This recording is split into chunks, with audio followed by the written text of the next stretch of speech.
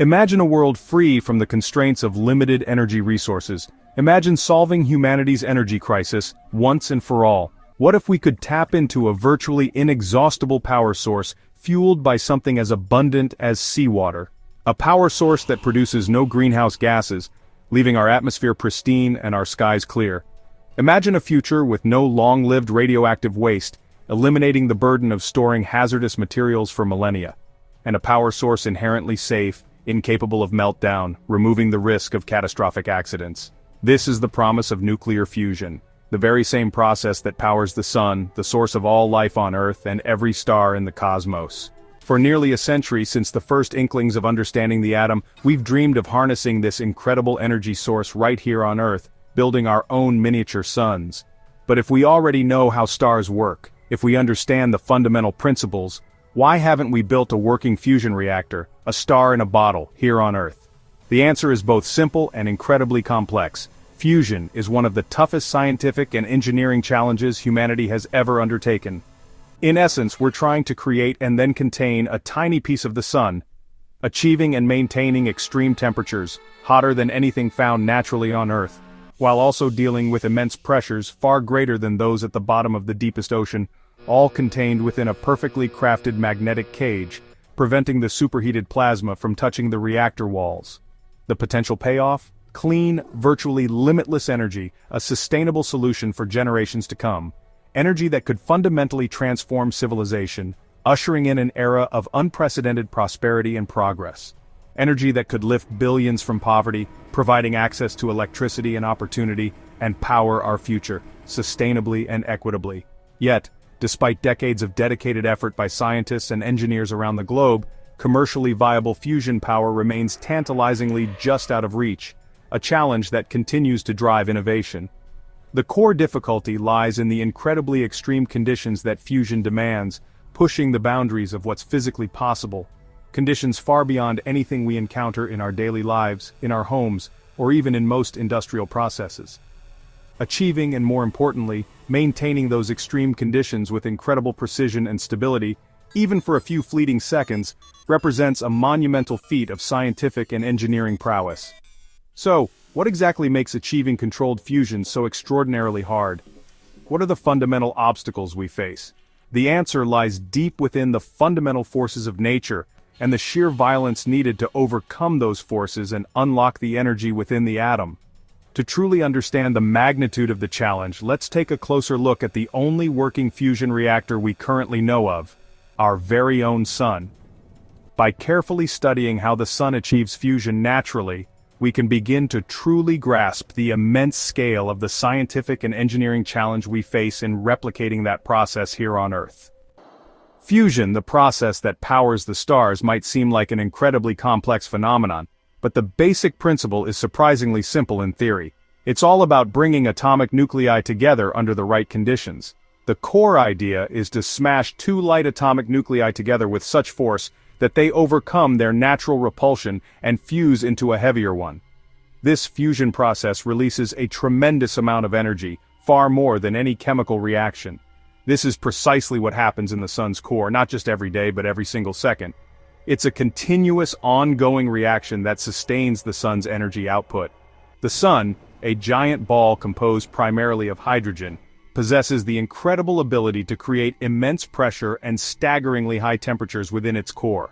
These conditions are absolutely crucial for fusion to occur. We're talking about temperatures soaring to approximately 15 million degrees Celsius. That's hot enough to vaporize any material we know of on Earth. At these extreme temperatures, matter exists in a state known as plasma. In this chaotic environment, hydrogen nuclei are stripped of their electrons, creating a sea of charged particles. Normally, protons, which are the nuclei of hydrogen atoms, repel each other due to their positive charge. It's like trying to push together the same poles of two magnets. You feel a strong resistance. But the sun's extreme heat and pressure, generated by its immense gravity, force these protons close enough together to overcome that repulsive force. When they get close enough, the strong nuclear force, a fundamental force of nature, kicks in and binds them together, fusing them into helium. This is where the magic happens. This specific sequence of fusion reactions, primarily the proton-proton chain, is the sun's engine, the source of its incredible power and light. Every single second, the sun fuses an astounding hundreds of millions of tons of hydrogen into helium. The scale of this process is almost incomprehensible. In doing so, it converts a small fraction of that mass directly into energy, according to Einstein's famous equation E=mc². This energy reaches us as sunlight, providing warmth and sustaining life on Earth.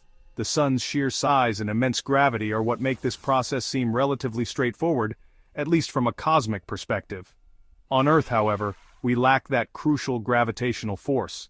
Therefore, we must find alternative and ingenious ways to force atomic nuclei together with sufficient energy to initiate fusion. Replicating this stellar alchemy, achieving fusion without the benefit of a star's massive gravitational field, is the real and significant scientific challenge. We need to artificially create similar conditions to those found in the sun's core, the same extreme levels of heat and pressure, but within the confines of a laboratory. And that's where the difficulty truly begins, pushing the boundaries of engineering and scientific understanding to their absolute limits. So, let's delve deeper and see how we are attempting to recreate a star's heart right here on Earth, and the innovative technologies being developed to achieve this ambitious goal. The sun, a colossal fusion reactor in the sky, harnesses the immense power of gravity to compress and heat hydrogen atoms until they fuse. This process releases staggering amounts of energy. We, however, can't replicate the sun's gravitational forces here on Earth.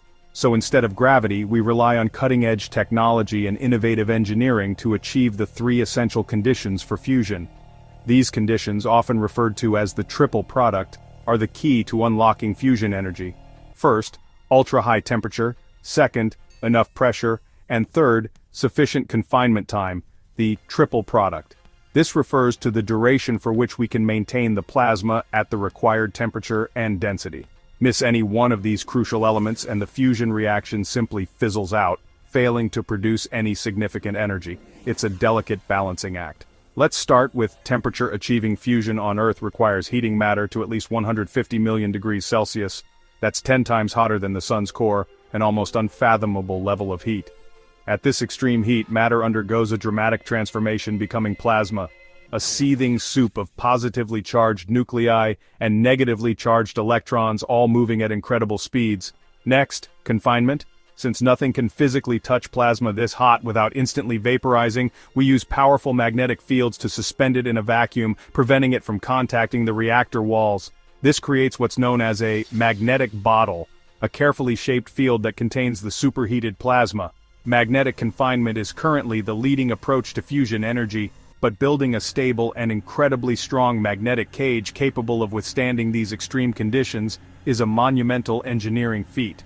Finally, we must keep the plasma stable and confined for a sufficient amount of time, long enough for fusion reactions to occur and release energy, whether that's seconds, minutes, or even longer.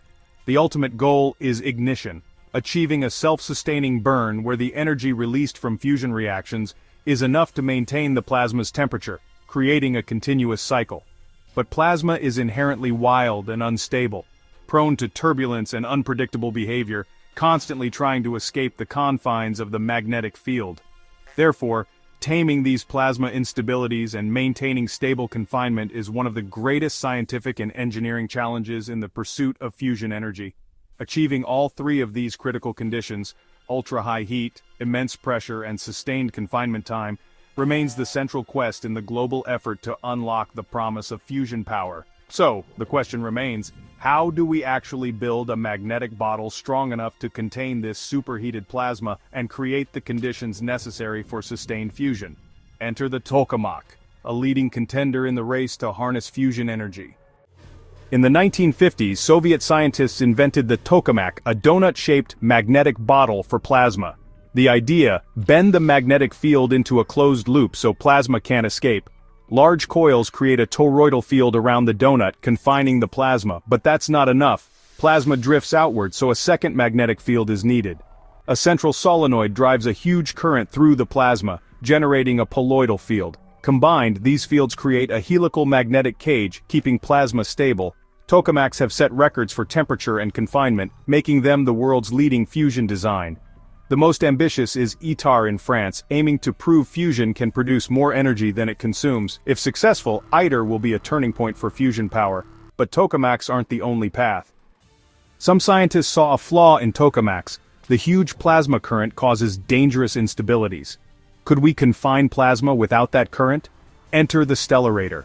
Invented in the 1950s, the Stellarator uses twisted complex external coils to create the helical magnetic field no plasma current needed. This design is incredibly complex, requiring supercomputer simulations and precision engineering. The payoff Stellarators are inherently stable and can run continuously, a big advantage for power plants. The Wendelstein 7X in Germany is the world's most advanced Stellarator, proving this concept can work. Stellarators are making a comeback thanks to modern technology. The race between Tokamaks and Stellarators is heating up. The global fusion race is now a showdown. Tokamak versus Stellarator. Tokamaks are simpler to build and heat plasma efficiently, but their pulsed operation and instabilities are major drawbacks. Stellarators are complex engineering marvels but offer steady disruption-free operation. Tokamaks, like ITER, hope to solve their instability issues and achieve long-pulse operation. Stellarators like W7X bet on stability and continuous running, despite their construction challenges. Each design has strengths and weaknesses, speed and simplicity versus stability and complexity.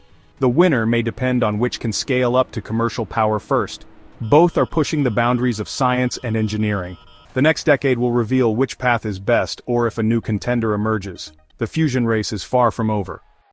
Even with advanced designs, fusion faces huge challenges. Plasma is turbulent and unstable, always seeking to escape its magnetic cage. Tokamaks risk sudden disruptions that can damage the reactor. Stellarators avoid these but still battle heat-leaking turbulence. Materials must survive relentless heat and neutron bombardment, far harsher than a spacecraft's re-entry. Scientists are developing new alloys and tungsten components to withstand these extremes. Another challenge: breeding tritium fuel inside the reactor, using lithium blankets to capture neutrons. Solving these problems is as tough as confining plasma itself. Why pursue fusion despite the challenges? Because the reward is civilization-changing. Fusion uses deuterium from seawater and tritium bred from lithium fuel for millions of years. It produces no carbon emissions, no long-lived radioactive waste, and only harmless helium. Reactor components become mildly radioactive but decay safely within decades, not millennia. Fusion is inherently safe. If anything goes wrong, the reaction stops instantly, no meltdown, no runaway chain reaction. Only a few grams of fuel are inside at any time, minimizing risk. Clean, abundant, and safe fusion is the holy grail of energy. That's why the quest continues, with passion and determination. The world's future could depend on it. In 2025, fusion's future is brighter than ever. Will the Tokamak, led by ITER, deliver the first commercial fusion power, or will the Stellarator's stability win out? ITER's success could cement the Tokamak as the first generation of fusion plants. Stellarators, with their continuous operation, may prove better for the long run. Meanwhile, startups are exploring new concepts: compact tokamaks, linear devices, and more. A breakthrough could come from anywhere. The final chapter isn't written yet, but one thing is certain: building a star on Earth is humanity at its most ambitious, and its success will change the world forever.